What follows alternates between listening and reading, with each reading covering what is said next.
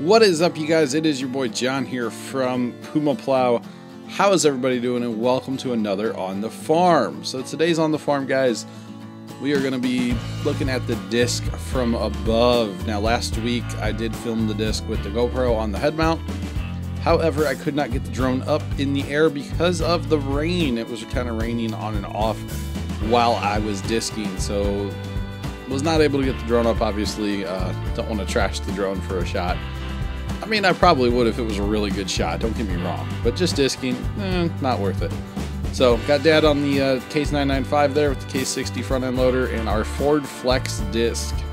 Obviously, the Ford Flex disc, words are hard, guys. We have repainted it, put all new bearings in a few years ago when we bought the thing. Then we decided to rip it apart and put notched disc blades on the front and then repaint the whole thing orange. We did that last year, and I actually filmed quite a bit of that as well. So that's all in earlier On the Farm. I don't know what number, but those of you that have been here for a while, you probably know which one. So basically right now Dad is just out disking the rest of the garden, and he does go over the pumpkin patch as well, to go ahead and chop it up just a little bit more and try to smooth it out a little bit. I got it a little uneven when I was disking, but Dad took care of it. It's not too bad. So he did actually tell me the other day, guys, that we are not going to plant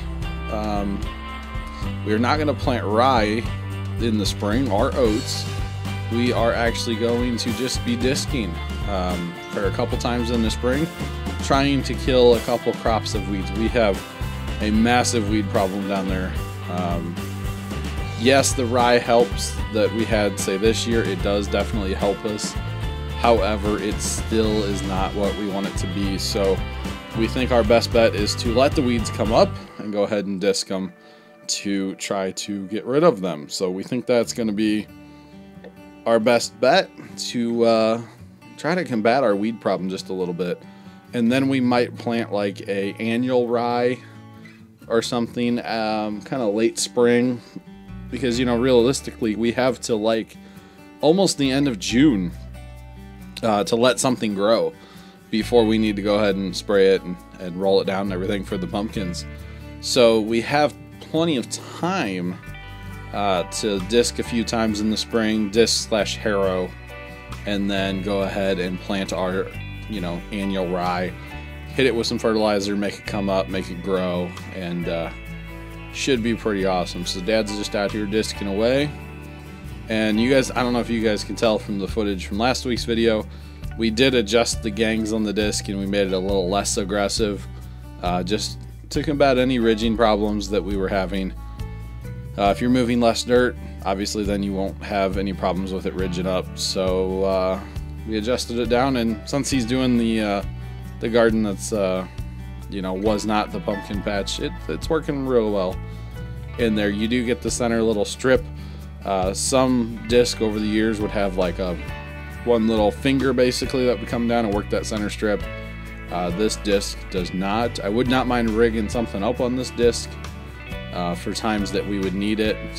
You know, because like if you're out there disking pumpkin vines, you don't need it because it'll just drag up and it'll be a whole problem. But for doing this kind of disking, some little finger in the middle would be kind of nice to work that out. So we might look at doing something like that this winter. You never know. So here we are, guys, mounted to the disc with the GoPro, and you can see those notched disc blades that we put on last year. They work so, like, just awesome. Awesome out in the pumpkin patch. Realistically, we could put them on the back as well. The backs are really there just to kind of throw it back to keep you from ridging too bad. So not too bad. With these notched ones on the front, they just cut the vine so much better than just having straight disc blades on the front, because we had those before and weren't really happy with how the disc was working. But now with the notch ones, you set them pretty aggressive and away you go. You can see here Dad's not burying the disc either. He's keeping it up a little bit, which is fine for what he's doing. He's not trying to plow, he's trying to disc. So that is alright, and so yeah, see him just working here. That's where our sweet corn was this past spring, which was an alright crop, I guess. It was an alright crop. At least we got something this year. Last year we didn't get anything due to the deer. This year we did get some, at least. So here's an advantage to the 3-point hitch disc. You can back up, say if you had to back into a corner or whatever, and drop it, and away you go. That is the big advantage to a 3-point hitch disc, and this one is set up to use our quick hitch. You can see the quick hitch is the white back there in front of the disc. So he's out in the pumpkin patch now. This has been disced probably 4 or 5 times, so it's fairly well powdered at this point. You can still see the manure, you know, down the center there, and all the grass, the crabgrass and whatnot. But you can really tell that the pumpkin vines are pretty well chopped up, and can't see them too much anymore. Most of what you're seeing out there is actually crabgrass. We do have a lot of crabgrass in the pumpkin patch, and it just seems like anytime we grow pumpkins, or any pumpkin patch that we go look at around the area, because there's a few, they are just so full of weeds that it's terrible. We can't stand it personally. Other guys let them go. We can't stand it. That's why we're going to try to work the ground a bunch in the spring to combat that problem and try to make it a little bit better. So if you let the weed seed come up and you kill it, that's one less weed seed to come up later on you. So that will be our theory come spring. So we will be disking a fair bit, it sounds like, with the old 995 there and our Ford Flex disc. That disc does not flex anymore. It used to have like a ball joint almost on the back where your top link would come down and the whole disc would kind of float. We took that out of there when we rebuilt the hitch to work with our Cat 2 quick hitch. It was Category 1 when we first got it, and so we went ahead and converted it to Cat 2 with the quick hitch there. So you can see where those 2 arms come down from the top link. That used to be one mounted right in the center, and then actually the whole hitch on the front would kind of float too. Your bottom 2 links would kind of float. It was a funky setup, but I guess it worked fairly well. But we prefer the Cat 2 quick hitch, because if we don't have to take our quick hitch on off the tractor, then that makes my life easier. So pretty much everything we have we convert over to quick hitch ready for our particular quick hitch. I don't know the brand of it offhand. I can't really think of it right now. It's something. It's been repainted by me a couple years ago now. One winter we decided to repaint it. So here you go, guys. You can tell we are looking at the back gangs now. Those are called gangs, where the discs are all mounted up there. So those are original to the disc, as far as I know, those actual disc blades there. And they're doing a fairly good job of throwing the dirt back in. Like I said, we don't have it set as aggressive, so it's not really doing as much. He was out there mainly just to keep chopping. The more you can chop up the disc, or the more you can chop up the pumpkin vines, the less chance you'll have of them dragging up in the plow. Yes, our plow does have coulters on it. However, pumpkin vines are annoying and they will drag up like nobody's business. So the more he can chop it with the disc, the better. And even some of that crabgrass, the more you chop that, the better as well. So just you know, take some time and disc away, disc away, disc away. So you might as well. You might as well. So the disc is working quite well. Like I said a few years ago when we bought it, we put all new bearings in it, because the bearings were pretty well shot when we got the thing. It had been sitting outside for years, and usually that's not too good on bearings to let stuff sit outside for very long and not take care of it. So we took it all apart back then, put all new bearings in, and like I said, last year we took the front gangs apart, put the notched on there. The back gangs, let's see, we did take them apart. Kind of. We took them out of the metal, the orange metal up there basically, to repaint those. So we kind of took them apart, but not all the way. It actually turned out fairly well. It was a lot of cans of spray paint. We used, you know, shaker cans, whatever you want to call them, spray paint. And it was quite a bit of cans, but it turned out quite well. It is a, what is that? Is that a case orange? I think it's a case orange. What they call that, or flambeau red, I think is the actual name of the color, something like that. It's a good one. I enjoy it. Somebody was saying a couple videos ago that we had a lot of orange in the shed. We enjoy the color orange. We like orange equipment. The last big tractor that Grandpa had was a Alice Chalmer, which of course is orange, and then our Case 995. The secondary color in it is orange as well. The Power King that we have is orange. The other Power King we have is orange. The Simplicity little tractor that we have is orange. We just like the color orange. So something like the disc here, why not paint it orange? It looks cool. We're a fan of orange. So you might as well paint stuff orange. So guys, the worst part of using the disc is having to clean it. Dad is pretty strict about cleaning the disc, and I agree. I do agree with it. So Dad, when you watch this, I agree. It's just like a shovel. You know, after you use a shovel, clean the shovel, oil the shovel, then it'll work better next time. If you have a dirty shovel, it does not work as good as a clean shovel, believe it or not, or idiot spoon, as some people I know call it, which I agree with. Shovels are idiot spoons. It's called an excavator for a reason. Use that. Anyway, can't really see what I'm doing here. I'm using a wire brush to get all of the dirt, or as much as the dirt as I can, off of the actual disc blades and the spacers in between. It is quite a job. It is quite a job. I will say Dad did a lot more of it than I did. He did.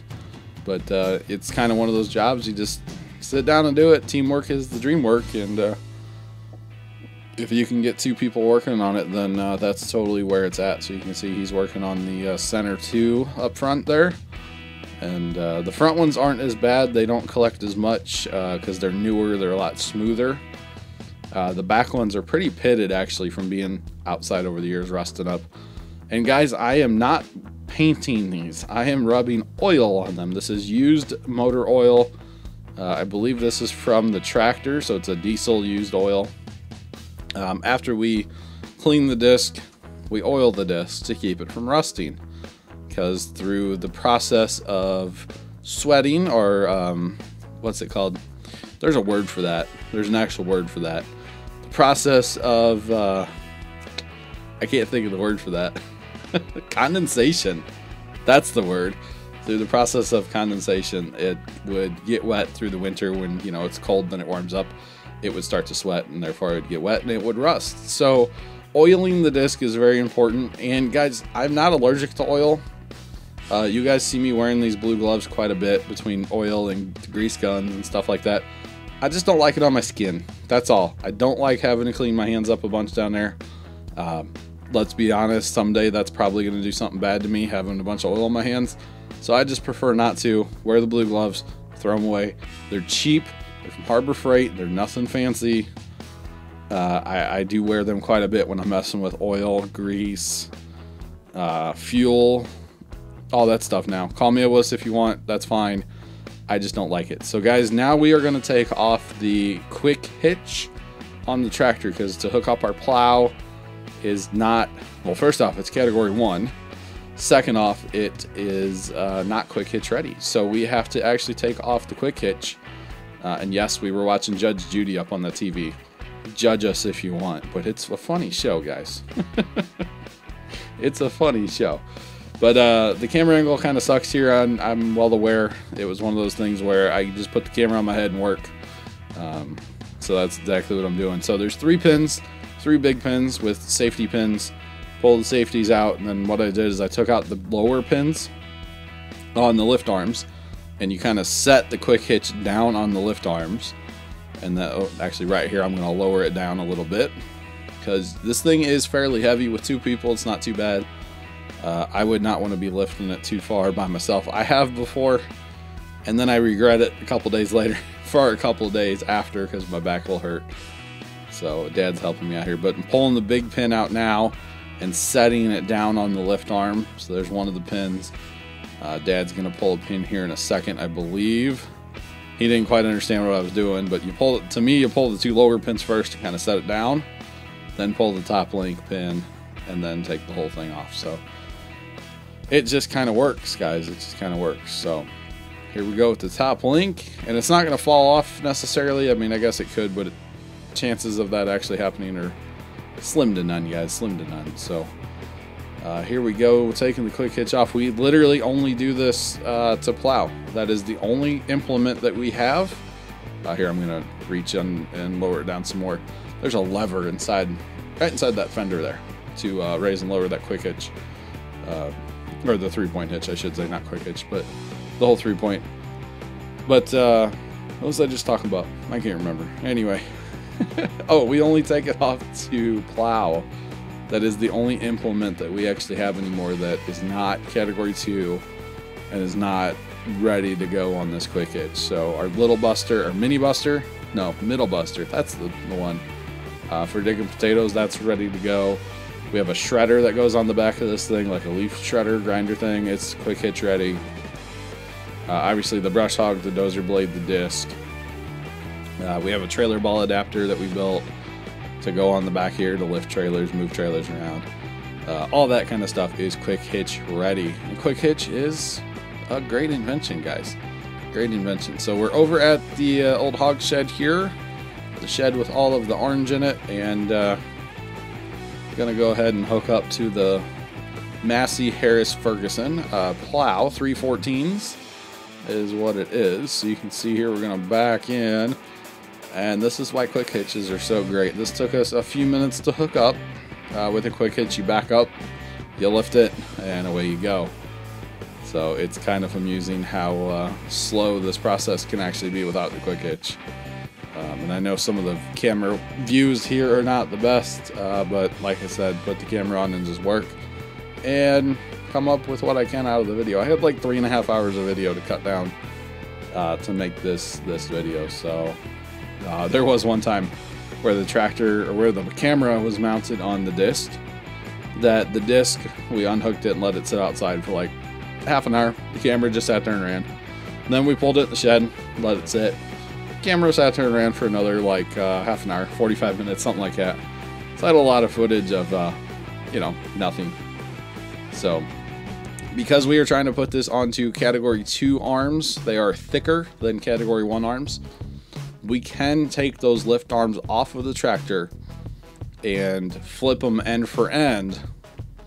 Then they become category 1 arms. They're thinner and they would sit a little closer to, or not really closer together, but they're thinner.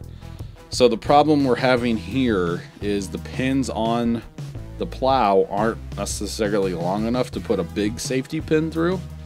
So when you're putting stuff on the regular arms here, you have to put a safety pin through the big pin that goes through the lift arms. And as many of you guys know, but there are some city folk watching, so I have to explain it to the city folk here, guys. But we put the safety pins through, obviously, so your lift arms don't fall off. And somebody over the years, and I don't know who, but it was the previous owner, we bought this plow used off Craigslist, actually, out of Illinois, just across the river there. And they hogged out the safety pin holes with a torch once upon a time. Kind of annoying, but you know, it is what it is. So we actually have to use real small safety pins to make this all work. But it's okay, they really don't hold that much pressure, because most of the pressure on the plow you're pulling forward, obviously. So not too bad, not too bad. And here we're just trying to get the top link in. We need to actually go out and buy a smaller top link, like a category 1 top link.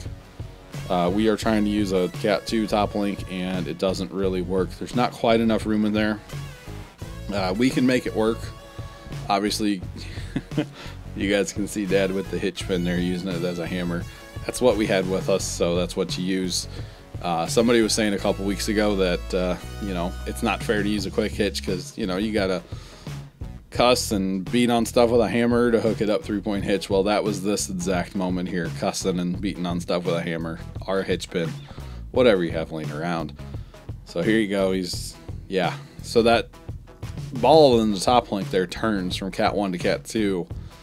However, there's not quite enough room to make it work on Cat 1 in there. So you actually had to put it in the Cat 2 position. And it works. It's kind of a pain and kind of not right, but it does work. Here in a second, I swear. Use that hitch pin as a hammer. Make it work. Drive her home. So you can see here in a second, I swear he gets it to work. Oh, and by the way, that's our Aaron's tiller right there in the background. That's orange as well. Aaron's lawnmower in the background. That's orange as well. We like orange, guys. We do. It's kind of random how we have so much orange equipment, but we do. So there you can see you got the top link pin in. So now the plow is fully mounted to the tractor. This plow really needs a gauge wheel, a depth wheel. a wheel that would run on the ground, so when you put the plow down, it only goes so deep, because this plow will plow to China if you let it. It will dig in and it will just go down. So since we're only running about 65 horsepower on two-wheel drive, we can't really plow to China with that tractor. It just doesn't have enough oomph to do it. So we do have to watch it about how deep we actually plow. So there you can see it, guys, in all of its glory. There is still some paint left on it, not that much though. Like I said, the previous owners of this as well let it sit outside and kind of go to hell. But there you can see the Massey Ferguson logo, and this is a Massey Harris Ferguson. This is all three, guys. This is all three. Part of that decal, I believe, is missing. Yeah, there. Yeah, the Harris part. So they used all three names for a couple years. I forget what years now. I should have looked it up, but I didn't. But they did use all three names for a couple years, and there you can see it on their label right there, Massey Harris Ferguson. So it is kind of a rare plow, I think, because it only has, or they only used all three names for a few years back in the 70s, I believe it was. So it's kind of cool that it has all three, to be honest. So the worst part of plowing, you know, our little garden once a year or every couple of years, is by the time you get the plow adjusted just perfect, you're usually done plowing the garden. So the first pass is always kind of interesting. There's a lot of adjustments to be done here. And, you know, we don't plow all the time, so we're not like 100% perfect on this. Grandpa actually used to be like a great plow setter person, man. And there was actually a guy, at least one guy down there, that Grandpa went and set a plow for this guy on his tractor, and he never took it off the tractor and never adjusted it after that, and would plow with it every single year. Until he quit farming, I guess. So plowing used to be a real thing down there, and it's really not anymore. No, it's really not anymore. So they used to plow hundreds of acres every year, but not so much anymore. So plowing, it really is a lost art, at least around here. But we enjoy doing it. It's fun, and it really turns the garden over. Our target depth is around 8 inches. Anything less than that, then why are you plowing? You know, if you're gonna plow, let's plow. So here in a pass or two, Dad did get it down to about 8 inches plowing, and it worked out quite well. So just lots of adjustments. Like I said, right here there's like a screw jack basically on one of the lift arms, and you can offset them so one lifts a lot higher than the other, because the whole thing of the plow is you got to really set it, because it's really confusing actually. Because so for anybody that's not like farm oriented in life, but when you plow, your right wheels are in the furrow from the last time you plowed. So your tractor's sitting at an angle, but you want your plow to be sitting level from left to right and front to back. So after you do your first pass, you have to go to the plow and adjust to get the plow leveled up to the world, and your tractor's off level, obviously, you know, down to the right. So if you're not farm oriented and you've never plowed before, it can be very confusing. It really can be. There's all kinds of videos on YouTube about setting plows and all that kind of stuff. But you know, it comes back to you. Dad hasn't done it in years because you know, we've not plowed in I think 2 years now, or 1 year at least 2 years now. So, you know, like I said, by the time you get done plowing our little garden, you pretty well have the plow just adjusted perfectly. We need a gauge wheel, like I said before, because we're having problems of this plow digging in like, you know, 10, 12 inches deep, and this tractor won't pull it. It just won't pull it. If we had front wheel assist, I think it would be all right, but since we only have two-wheel drive, it's not handling it, guys. So those tires on the back of the tractor are loaded with the calcium solution, whatever, like the salt watery stuff. So if we ever have to change those, it's going to be a bloody mess, but they are loaded down, so that does help. You get a lot more weight that way, and that helps quite a bit. So where the garden is, guys, used to be where the barn was way back in the day, and every single time we disc or plow, we pull up rocks that won't quit. They won't quit. So we will definitely be showing you guys all the rocks. I know I've showed you in the past. Last time we plowed was one of the early on the farms, like episode 2, 3, something like that. It's actually the time when I plowed the GoPro under. That's a whole nother story for another video. So I was not able to get the drone up while actually plowing, and this is all Dad plowed. It was getting late in the day and we had to make it home for dinner because we told Mom we were going to be home, so we have to be home. You know how that goes. So this is all we were able to plow that day, but I think we got it almost adjusted right. The big thing you're looking at is in your 3 furrows, or your 3 plow marks basically. Is it level left to right? If it's really uneven, then you need to adjust your top link and you need to adjust your lift arms a little bit to level that out, because the whole garden should end up fairly level after plowing. So we will be plowing the rest of it in a week or so. We got 3.5 inches rain here the other night, so it's a little wet right after all this video was taken. So just a quick little wheat update. The wheat is going awesome, guys. It's coming along quite well. And we still have not had a frost to kill the volunteer corn. So it's crazy. But that is all for this episode. Thank you all so much for watching. Hit that like button for more. Subscribe if you have not already done so. And toodles.